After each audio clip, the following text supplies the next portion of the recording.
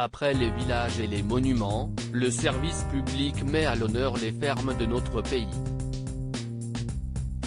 Ce mercredi 3 mars à 21 h sur France 3, Stéphane Bern présentera la première édition de la ferme préférée des Français. Des agriculteurs représentant chaque région de France viendront partager avec les téléspectateurs leur amour pour la terre et les beaux produits.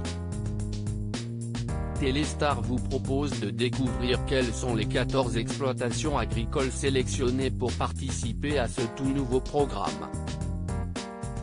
La ferme des montagnards de Delphine, Thierry et leurs parents en Auvergne-Rhône-Alpes. Dans cette famille, l'élevage de vaches laitières est une affaire de famille depuis près de 40 ans.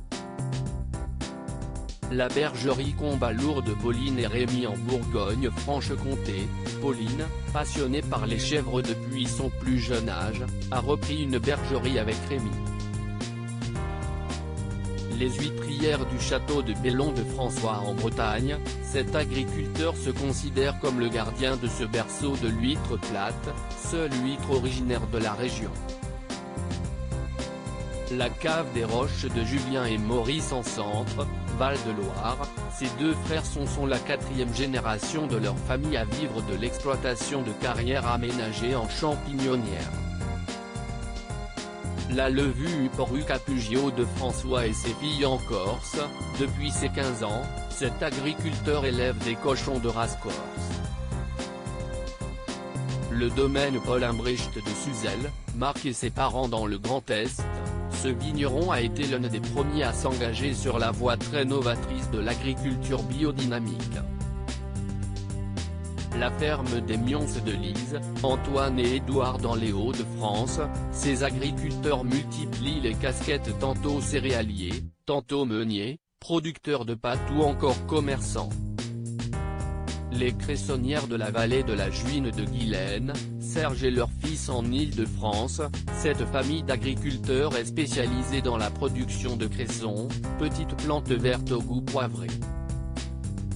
La ferme du Bec est loin de Perrine et Charles en Normandie, ce couple a découvert la permaculture il y a quelques années et ça a changé leur vie et celle de leur terre. La ferme écologique Gorse de Sophie et Pedro en Nouvelle-Aquitaine, cet agriculteur est tombé amoureux de cette ferme en 2009. La ferme du Hiton de Cécile et Manu en Occitanie, ces éleveurs d'aînesse confectionnent avec le lait de leurs bêtes une gamme de cosmétiques bio. Le labyrinthe enchanté de Johnny à La Réunion, avec sa femme, cet agriculteur cultive du thé réunionnais, jadis classé parmi les 3 meilleurs au monde. La Salorge du Rostu d'Ursula et Nicolas au pays de la Loire, il y a 30 ans, Nicolas s'est installé dans la région de Guérande et est devenu paludier. Le domaine du cadavre exquis de Chérine et Marc en Provence-Alpes-Côte d'Azur, installé dans le Luberon, ce couple produit du vin nature.